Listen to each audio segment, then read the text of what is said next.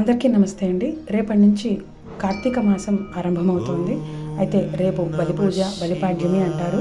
కార్తీక స్నానాలు ఆరంభిస్తారు. గోపూజలు, గోవర్ధన పూజలు, ఆకాశ దీపాలు, నక్తవ్రతము ఆరంభిస్తారు. నక్తవ్రతం అంటే రాత్రికి మాత్రమే భోంచేస్తారు, పగలల్లో ఉపవాసం ఉండి. తర్వాత ఈ విధంగా అన్ని పూజలు చేసుకుంటూ శివకేశవులు ఇరువురిని కూడా భేదం లేకుండా అభేదంగా కొలవాలన్నమాట. అంటే పగలు వైష్ణవాలయాన్ని, రాత్రి శివాలయాన్ని సందర్శించాలి. ప్రతిరోజు కూడా చక్కగా దాన ధర్మాలు, దీపాలు వెలిగిస్తూ ఉండాలి. ఆలయంలో అయినా సరే, ఇంటి వద్దనైనా సరే చక్కగా శివలింగం ఇంట్లో పెట్టుకొని శివాభిషేకం చేసుకోవచ్చు. కనీసం పక్షంలో జలంతో అయినా అభిషేకం చేసుకోవచ్చు.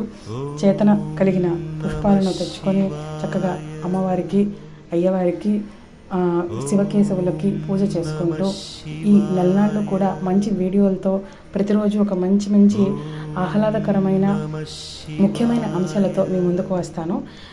ఈ వీడియోల్లో మీరు ముఖ్యంగా చూసి గ్రహించి ముందు రోజుగానే నేను ఈ వీడియో పెట్టడం వలన నెక్స్ట్ డే ఏం చేయాలనేది తెలుసుకుంటారని ఆశిస్తున్నాను. ప్రతిరోజు కూడా చక్కగా అందరికీ శివకేశవుల ఇరువురి యొక్క ఆశీర్వాదం కలగాలని కోరుకుంటూ అందరూ ఈ కార్తీక మాసాన్ని సద్వినియోగం చేసుకోవాలి. కార్తీక పురాణ శ్రవణం తప్పక చేయండి. కార్తీక పురాణ బుక్ దొరుకుతుంది. రోజుకొక అధ్యాయం దొరుకుతుంది. చక్కగా ఆ అధ్యాయంలోని కథలను రోజుకొక కథ విన్నారంటే 30 రోజులు 30 కథలు.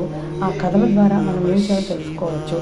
అసలు చెప్పాలంటే ఈ కథను, ఈ పుస్తకాలని ముందు నెలలోనే వినడం వలన ఈ నెలలో ఏం చేయాలనేది ముందుగా మీరు ఏర్పాటు చేసుకోగలుగుతారు.